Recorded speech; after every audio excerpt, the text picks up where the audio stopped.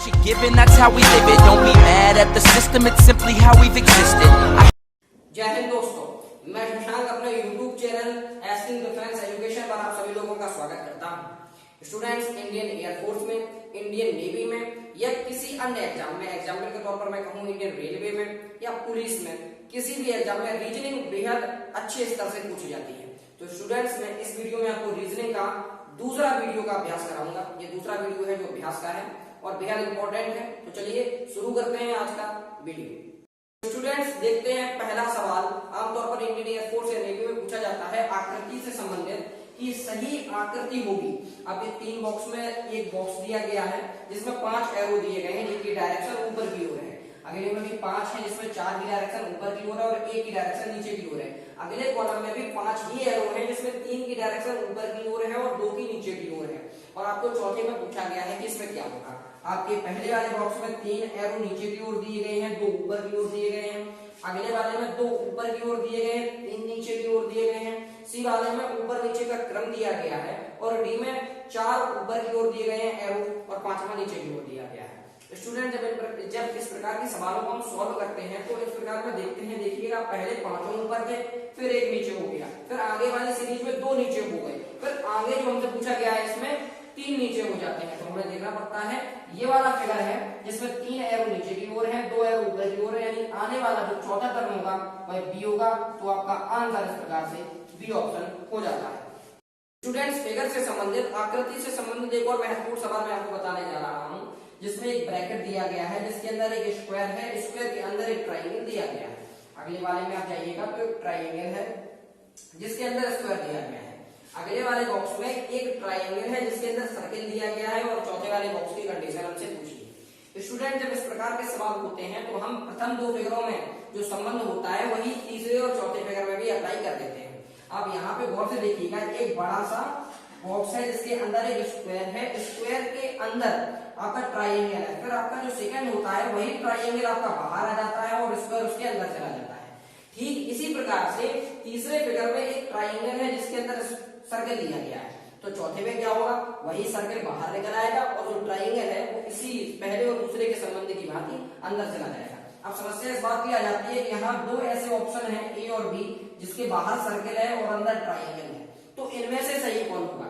Students, आप गौर करिएगा, यहाँ ट्राइंगल का जो वर्टेक्स है वो नीचे की ओर है, तो ये वर्टेक्स नीचे की ओर है, इसमें साइड की ओर है। तो आपका इस प्रकार से एग्जाम्पल नंबर तो ऑप्शन नंबर ए सही हो जाएगा। स्टूडेंट्स, मैं आपको बताना चाहूंगा, जब इस प्रकार के फिगर होते हैं तो पहले 2 में संबंध से हम तीसरे और चौथे का संबंध निकाल लेते हैं। स्टूडेंट्स, इसी क्रम में आगे की ओर एक सवाल पूछा गया है हमसे, जिसमें कहा गया है y माइनस का whole square is equal to 25 है, तो y की वैल्यू होगी। स्टूडेंट्स, यदि आप स्क्वायर को ब्रेक करते हैं, इसे खोलते हैं तो काफी समय चला जाता है, इसलिए बेहद कम समय में जल्दी से जल्दी लगाने की मैं आपको ट्रिक बता रहा हूँ। फटाफट से आपका जो दिया गया है उसे आप देख लीजिएगा। स्क्वायर बराबर 25, आपको पता होना चाहिए जो 25 होता है, 25 होता है वो 5 का स्क्वायर होता है। तो आप दोनों ओर से स्क्वायर का जो सिंबल होता है उसे कट कर देते हैं, तो y minus 1 is equal to 5 आ गया। 1 को उधर भेज दीजिएगा तो 5 प्लस 1 इज इक्वल टू 6, यानी आपका y बराबर 6 आ गया। तो आपका ऑप्शन नंबर डी सही होगा। इसमें बेहद इंपॉर्टेंट होता है कि आपको स्क्वायर कम से कम 25 तक याद होने चाहिए। स्टूडेंट, इसी क्रम में एक महत्वपूर्ण सवाल है आपके सामने जिसमें कहा गया है यदि 100 की पावर x की वैल्यू आपकी 2 है तो आपको 100 की पावर 5x की वैल्यू पूछी गई है। आपकी होगी, आपकी ऑप्शन है a बराबर 10, b बराबर 100 की पावर 5, c बराबर 32 और d बराबर 64। स्टूडेंट, यह सवाल बेहद इंपॉर्टेंट होते हैं और बेहद सरल होते हैं जिन्हें आप बेहद अति शीघ्रता से कर सकते हैं। आप देख लीजिएगा, आपको दिया गया है 100 की जो पावर है आपको इसकी वैल्यू दी गई है 2, आप लिख सकते हैं 100 की पावर 5x आपसे पूछा गया है।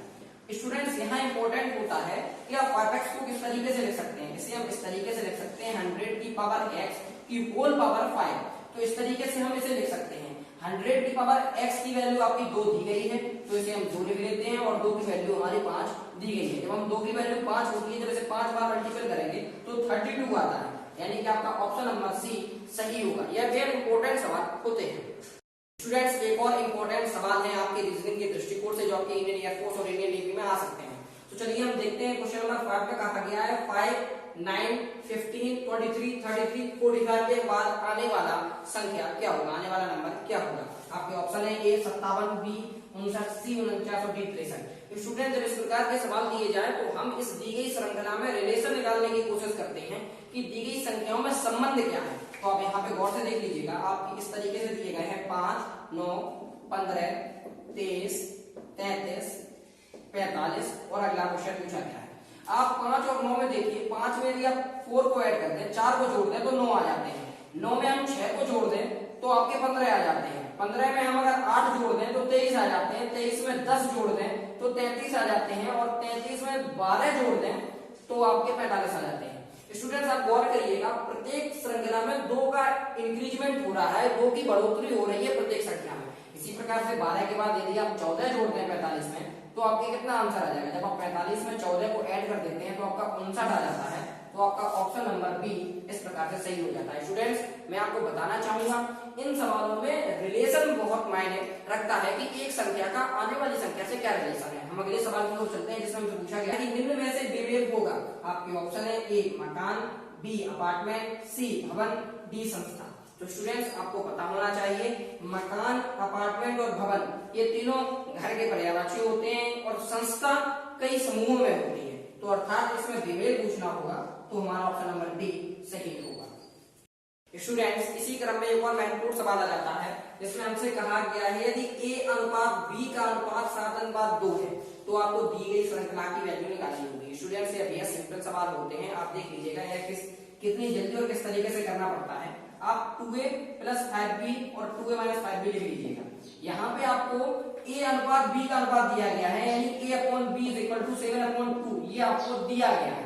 आप यहाँ से b कॉमन ले लीजिएगा, ऊपर और नीचे दोनों जगह से, तो आप b कॉमन लेंगे तो आपका 2a/b + 5 हो जाएगा। नीचे से भी आप b कॉमन ले लें तो 2a/b - 5 हो जाएगा, b से भी कट जाता है। a/b की वैल्यू 7/2 है, 7/2 है, तो यहाँ रखिएगा 2 × 7/2 + 5 अपॉन में 2 × 7/2 - 5। आप 2 से 2 कट कर दीजिएगा, 7 + 5 7 - 5। यहाँ से देखिएगा 12/2 आ गया, आप कट कर दीजिएगा 6 आ जाता है, यानी कि आपका ऑप्शन नंबर सी सही होगा। इन सवालों में जब इस प्रकार के सवाल अनुपात में दिए जाएं तो इनमें से कॉमन लेकर सवाल को हल कर सकते हैं।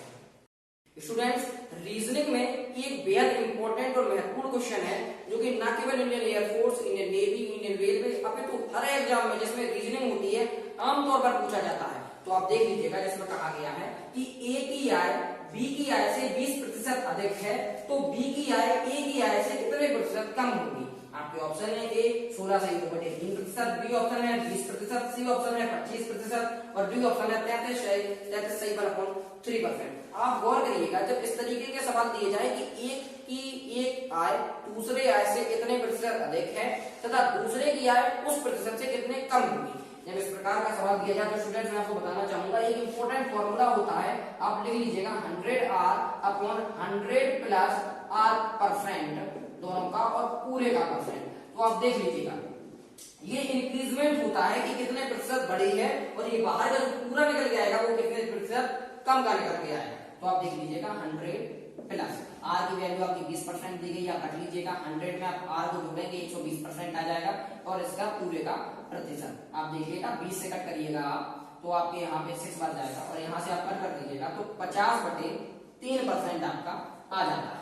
जब आप इसे हल करेंगे तो आपके 16 से 2/3% आ जाता है, अर्थात आपका ऑप्शन नंबर ए सही हो जाता है। स्टूडेंट्स मैं आपको एक बात इसमें इंपॉर्टेंट है, ये आपको समझना होगा कि यदि एक आय किसी दूसरे आय से अधिक है कोई किन्हीं चुनी प्रतिशत में तो वही आय पहले वाली आय से कितने कम होगी उसका ये डायरेक्ट फॉर्मूला होता है, ये लर्न होगा आप महज 5 से 10 सेकंडों में निकाल लेंगे आंसर। स्टूडेंट्स रीजनिंग के क्रम में एक और महत्वपूर्ण सवाल आता है जिसमें कहा गया है दो संख्याएं 3:5 के अनुपात में है और उनका योग 80 है, प्रत्येक संख्या में 10 जोड़ने पर नई संख्याओं का अनुपात क्या होगा।